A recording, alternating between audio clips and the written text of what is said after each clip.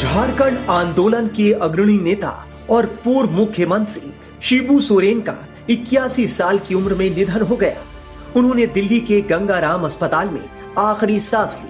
तबीयत बिगड़ने के बाद उन्हें अस्पताल में भर्ती कराया गया था।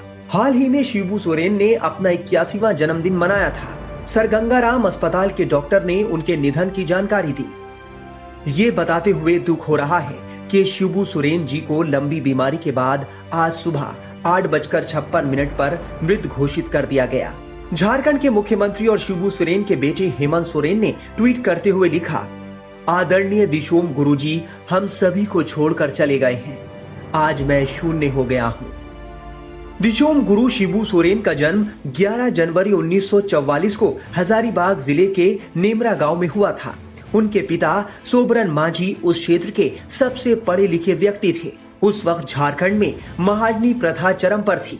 लोगों को उनकी उपज का 1/3 ही मिलता था, बाकी महाजन ले जाते थे। जो लोग ब्याज नहीं दे पाते थे उन्हें और भी ज्यादा परेशानी का सामना करना पड़ता था। शिबू सोरेन के पिता सोबरन मांझी इसके खिलाफ आवाज उठाते रहे।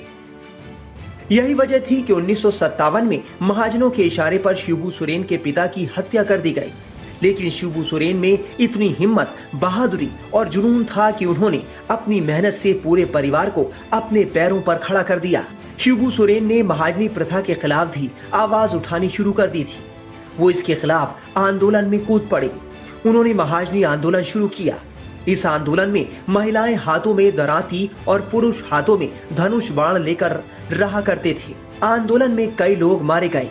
शिबू सोरेन को पारसनाथ के जंगलों में भी भागना पड़ा, लेकिन उन्होंने आंदोलन बंद नहीं किया। शिबू सोरेन का प्रभाव इतना बढ़ गया था कि महाजनी प्रथा और उस वक्त के समाज को उड़ीसा, पश्चिम बंगाल और बिहार में बड़ी चुनौतियों का सामना करना पड़ा। इस आंदोलन ने शिबू सोरेन को आदिवासियों का नेता बना दिया। बाद में आदिवासी उन्हें दिशोम गुरु कहने लगे। दिशोम का मतलब है जंगल या जमीन।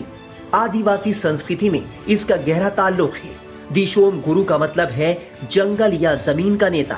4 फरवरी 1972 को विनोद बिहारी महतो, शिबू सोरेन और कॉमरेड A.K. राय ने बैठक कर तय किया कि एक पार्टी बनाई जाएगी जो अलग राज्य झारखंड की मांग करेगी। इस पार्टी का नाम पड़ा झारखंड मुक्ति मोर्चा। झारखंड को अलग राज्य बनाने की मांग पहले से की जा रही थी, लेकिन JMM के गठन के बाद इसने और जोर पकड़ लिया। उनकी मेहनत रंग भी लाई और 15 नवंबर 2000 को अलग राज्य झारखंड का गठन हुआ। 1972 में झारखंड मुक्ति मोर्चा का जब गठन हुआ, उस वक्त विनोद बिहारी महतो झारखंड मुक्ति मोर्चा के अध्यक्ष बने और शिबू सोरेन महासचिव बने। बाद में झारखंड मुक्ति मोर्चा की कमान शिबू सोरेन के हाथों में आ गई और तब से झारखंड मुक्ति मोर्चा का झारखंड में दबदबा है। आज झारखंड की कमान शिबू सोरेन के बेटे हेमंत सोरेन के हाथों में है।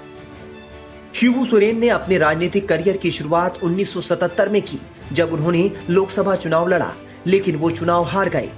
1980 में उन्होंने दूसरी बार चुनाव लड़ा।